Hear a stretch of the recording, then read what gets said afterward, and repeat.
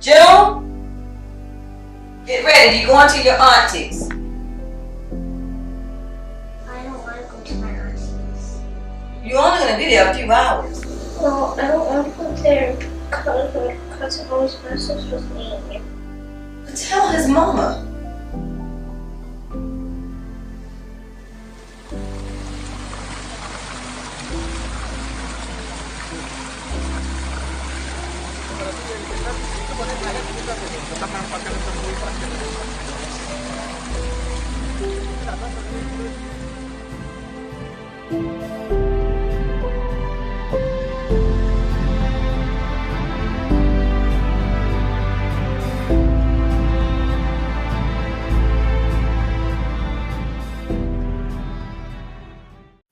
Hey, it's LaJune, Mind, Health, and Wellness with LaJune. Oh my gosh, I thought I wore a lot of hats. This lady I'm about to introduce, she has many hats. She is a speaker, advocate, an inspirational speaker, entrepreneur, best selling author, a host, screenwriter, publisher. I feel like I'm forgetting something. If I am, please let me know. I've been on her podcast. She is an amazing woman, and I love her drive and your passion for the people. Dr. Shawneya Ellis, thank you so much for joining us. Can you give the beautiful people a background on yourself? Well, first of all, thank you. I mean, who could come in after that introduction? And I'm so honored to be a part of the show.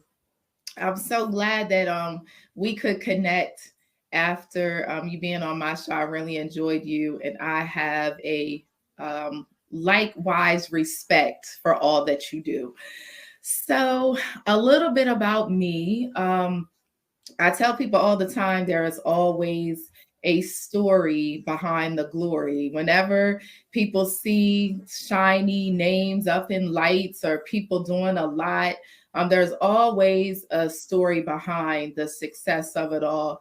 And I'm sure you'll ask questions, but just a brief about me, Shawneya, as the person. I am a wife. I'm a mom of multiple, 5 I birthed, 2 were bonus babies, so a total of 7. I do a lot in the marketplace. You named a lot of the things that I do. Most recently, I added advocate to that, and that is through the Healing Center. But for me, on a personal note, my mission is always to help women to overcome and just to know that as women, we go through so much. And sometimes you can get stuck in the trial or the current situation, but there's always going to be victory after you go through. So that's just a little about me. And thank you again for having me. I'm honored to be here. Well, thank you that we could coordinate a time to have you on. I know you're a busy woman and you have a lot going on. And I forgot to also mention you're a student. So, it's so much that's going on. And I love how you find the time to pour into so many other people. Thank you. And, being of service, because I think people get so caught up with, I got to make time for me. I got to make time for me. I have my family. I don't have time to pour into the community and other people. So speaking of that, can you talk about the Healing Center, your mission for that and the why? Yes. So, and I like what you said about sometimes people feel like they don't have enough time to do things outside of what you do for your family. Sometimes people think that's all the value that they have to add. Some people think they're not qualified to do anything but that is totally not true. What you do on a day-to-day totally qualifies you, especially if you have the heart and the passion for it to do it. But the Healing Center, honestly, LaJune, came about when there were multiple things happening in my area. So I live in Delaware. And for those of you who do not follow me, my backstory, I'm one who has overcome sexual assault. I am one who has had been through some trauma in life. But, one of the things that happened was someone very close to me. I got a call in the middle of the night and they were in the hospital and they had been violated. And the thing about it was, and I'm happy that I could be that person to step in during that time, but it disheartened me when I saw how they were being treated. And I know that they were being treated in that way only because of the color of their skin. And if it was another, way, it would have been handled differently. And that was sad to me. And I happen to work a lot with law enforcement in the role that I do government wise. So I knew the boss of the officers that were there. But the person that I came there for is one of the sweetest people you will ever meet. And they were really in a bad way. And I said, I want to offer services to individuals that may be going through sexual assault, individuals that are suffering with sexual human trafficking, and provide that compassion, that transformative support, that that you're not alone. And that that after you leave the hospital or after you leave the situation, there is somebody there that will be there for you. So that was how the Healing Center came about. You definitely spoke, because that was semi my experience when I was sexually assaulted.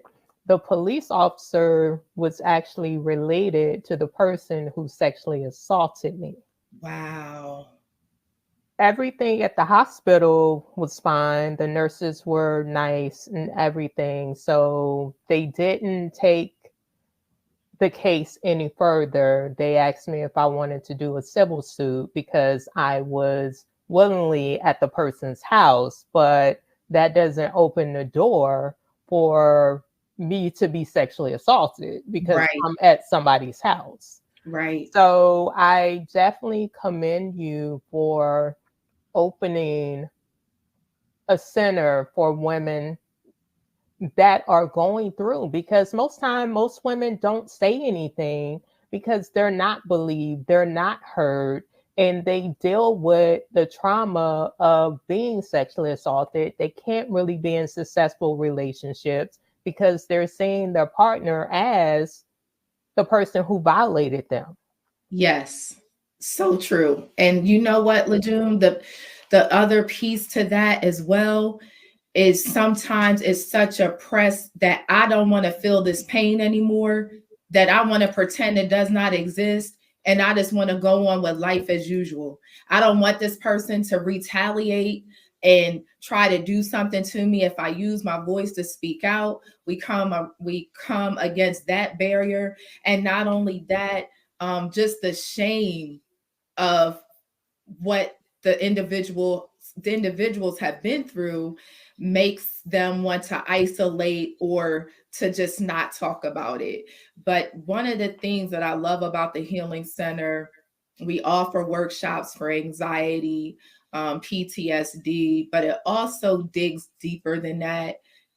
It goes beyond that. It's about forgiving yourself. Sometimes you do self-blame. Well, what if I would have did this? Well, what if I would have recognized that? And it's not your fault.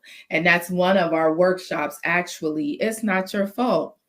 So it's about empowering women and men, because you'll be surprised how many men are sexually assaulted, how many men are human trafficked. In the state of Delaware, men are at 51% because it is the LGBTQ population that are being sexually trafficked at the highest rate. So it's just about being informed and just helping where we can, helping where we can. So, with that, what can someone who has been sexually assaulted, what can they expect or experience when they come for services? Mm-hmm. So that's a good question. So right now for us, we go to partnering organizations, and then we also host workshops at a site in Delaware. So with these partner organizations, they say, we have these group of individuals that are the specific population, and we think it would be good for them to get one of these transformative workshops. However, individuals can also call our 1-800 number. It may be that you want supportive services, and we are twofold, right? So because I have the spiritual side of it, I will pray for you. I can offer you, tools to overcome the challenges that you're going through and offer that support. Sometimes people just need a listening ear. Sometimes people just need to know that someone is there. But then we also refer out if you need intensive counseling services. So we are expanding. I'm just blown away by the support. We started last year in August. And LaJune, when I tell you our first event was called Protecting Our Daughters, and it was surrounding an epidemic of so many young Black women, Indigenous women going missing, and no explanation as to why. All races came out to that event. It was sold out. All religious backgrounds came out to that event. It was beautiful. And everyone had one mission, and that was to help solve this problem. So we started from there until now, and I've seen it grown, and we're continuing to grow to be such a organization, a nonprofit organization that is we are considered new. So I'm excited about it. I'm definitely excited for you and what you are providing, because we need more of that. We don't talk, it's not even us, it's not talked about in our community. It's hush hush of the human trafficking, the sexual assault, the molestation. It's not talked about. It's so taboo and it's sad. And I'm glad that you are offering those type of resources and services for your community and your location, because we need more of that. We're hearing all the time that kids are being snatched or adults are being snatched just going into a grocery store or Chick-fil-A or wherever in broad daylight. So true. It's crazy. And where we are, you can get to an interstate quickly to evade the police. So it's so many go unreported, not just our state, across the US. So many cases go unreported. And you're right, it's something that is not talked about. And I believe it starts at home. I believe it starts with saying, don't go here. Make sure you're make sure you're not walking by yourself at this time of the night in this particular area. I mean, it really starts at home. And then another thing that was a high peak was during COVID, there were a lot of runaways. A lot of people lost their parents. So the number spiked when they went into shelters. They didn't want to be there anymore, so they ran away. So that's a vulnerable population that traffickers were able to snatch them and have them working. When you sell drugs, you sell that drug and then it's done. But you can sell a body 20 times per day. That's why it's a $2.5 billion industry across the US for sexual trafficking. It's the modern day slavery, and it is crazy. It starts at home. We have to educate our young people. So, you being a mom, an aunt, what message do you give to your kids and to your nieces and your nephews where you're working in the forefront of this? Yes. So one thing, they laugh about me, but if you and the family, you are part of this. Right. So let's get to work. Ever since my children, my nieces, have been young, they've always been a part of community engagement, community events, anything that we're doing in the community. Oh, you know what? You old enough to pack up this box and put a turkey in it and put some stuffing in it and give it to the homeless. So it started there, learning service, learning that it's not just about you.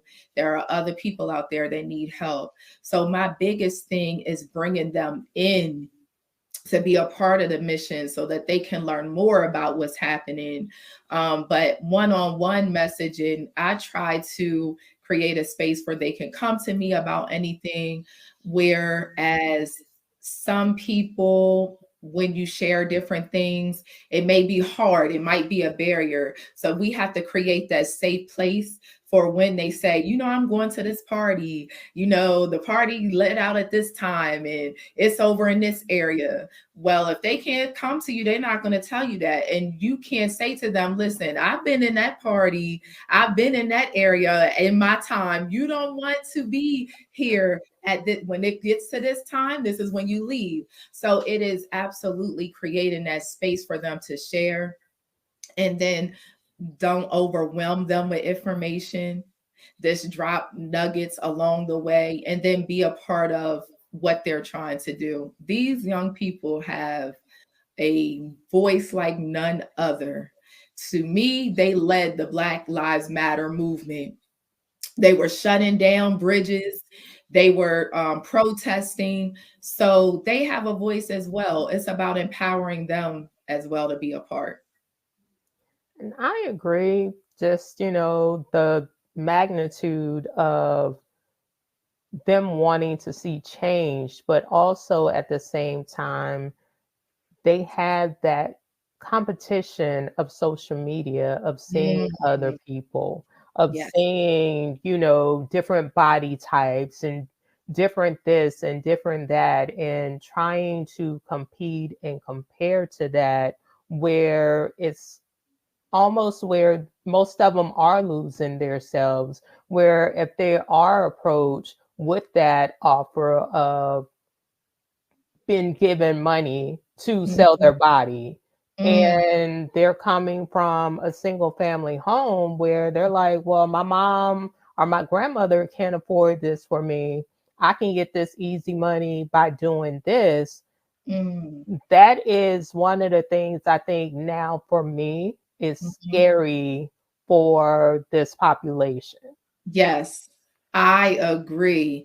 That is, and you're right in the vein of something that we have coming up. One of the workshops that we're doing next is an event, and it's called "Do You Want Connection or Transaction?" So with that, you see, and it's two sides of it. So you see some young ladies that say, well, if you can't do this, this, this, and this, or if you can't take me here on the first date, then you're not for me.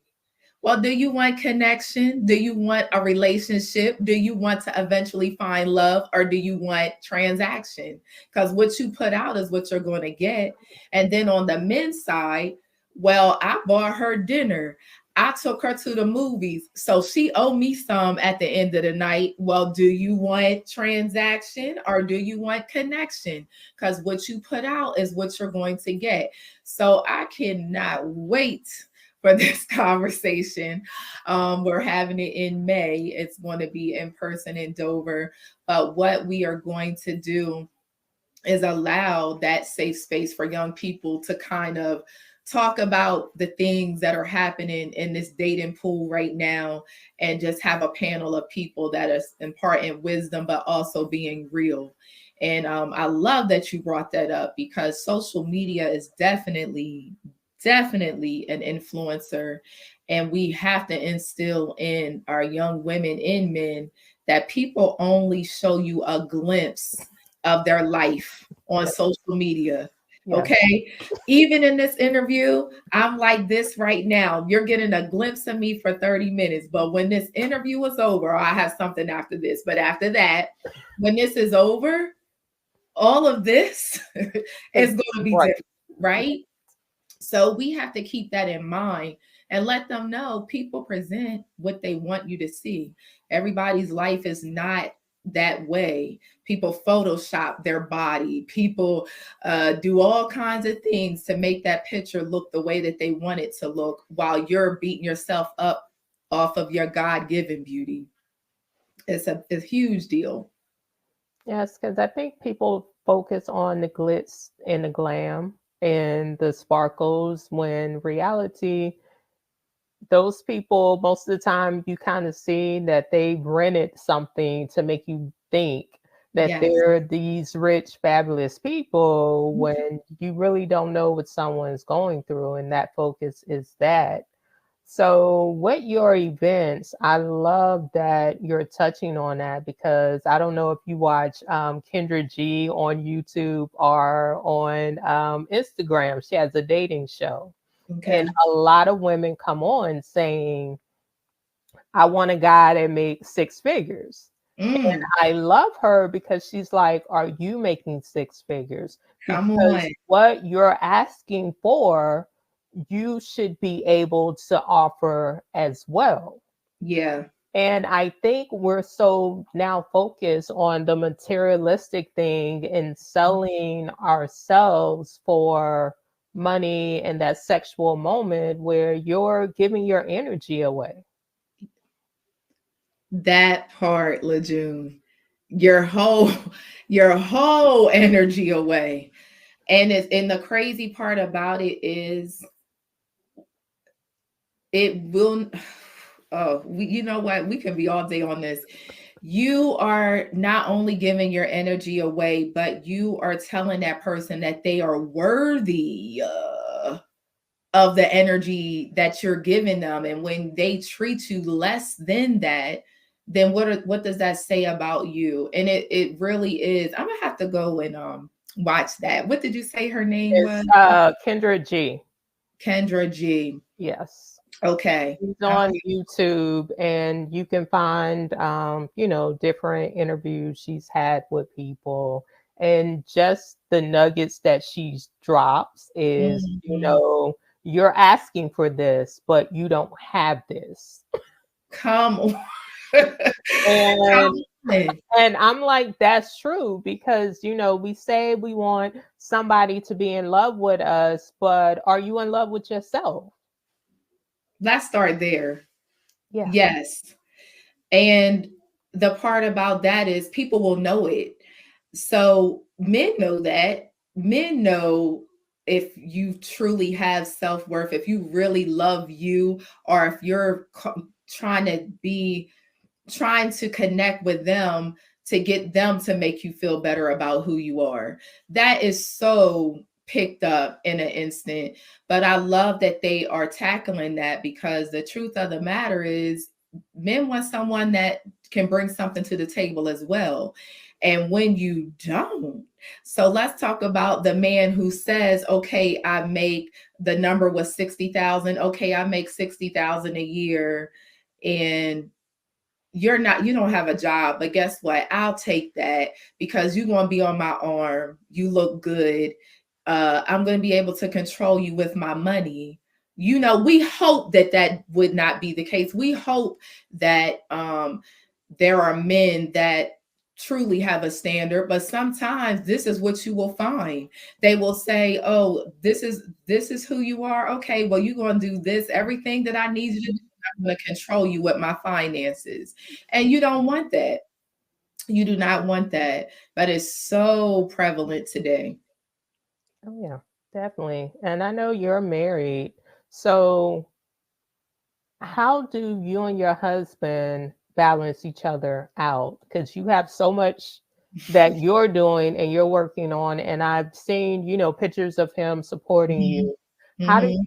balance each other out? Because being someone who's experienced sexual assault, Yeah. it is a challenge to trust a male at this point after you've been violated. So if Mm. you can kind of touch on that, because it's women Yeah. who don't, that it's that fear of, I don't know if I can trust him. Yeah. And that's good. So my husband and I, we are going on 12 years of marriage. Prior to that, I was a single mom of 5.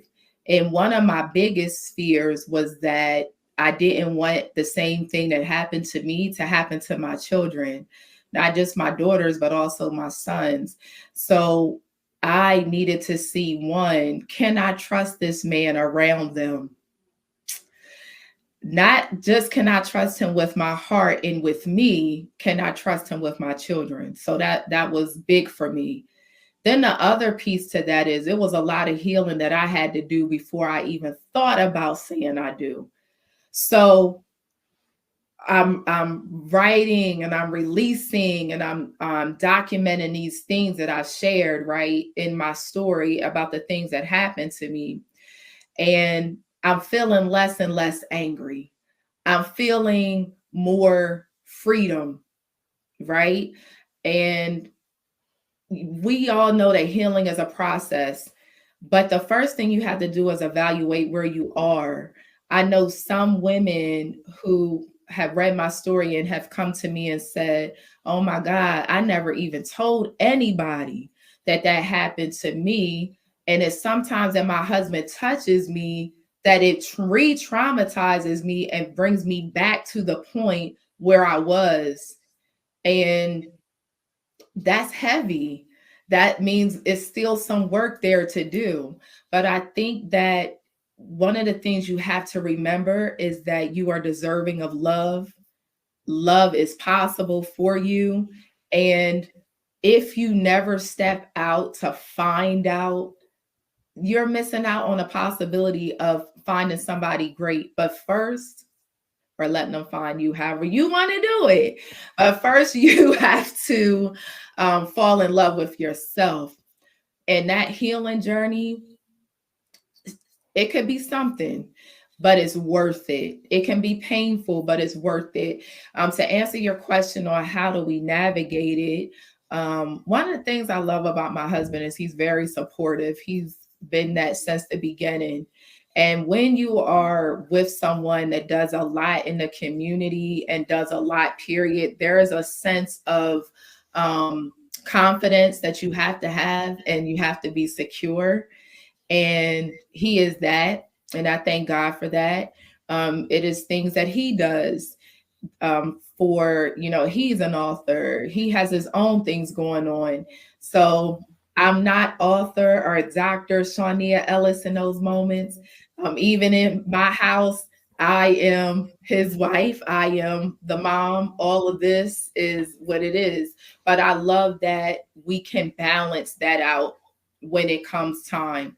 The big thing about it is nobody's getting hung up on what we do outside of these doors. Like, those are titles, those are things that we do.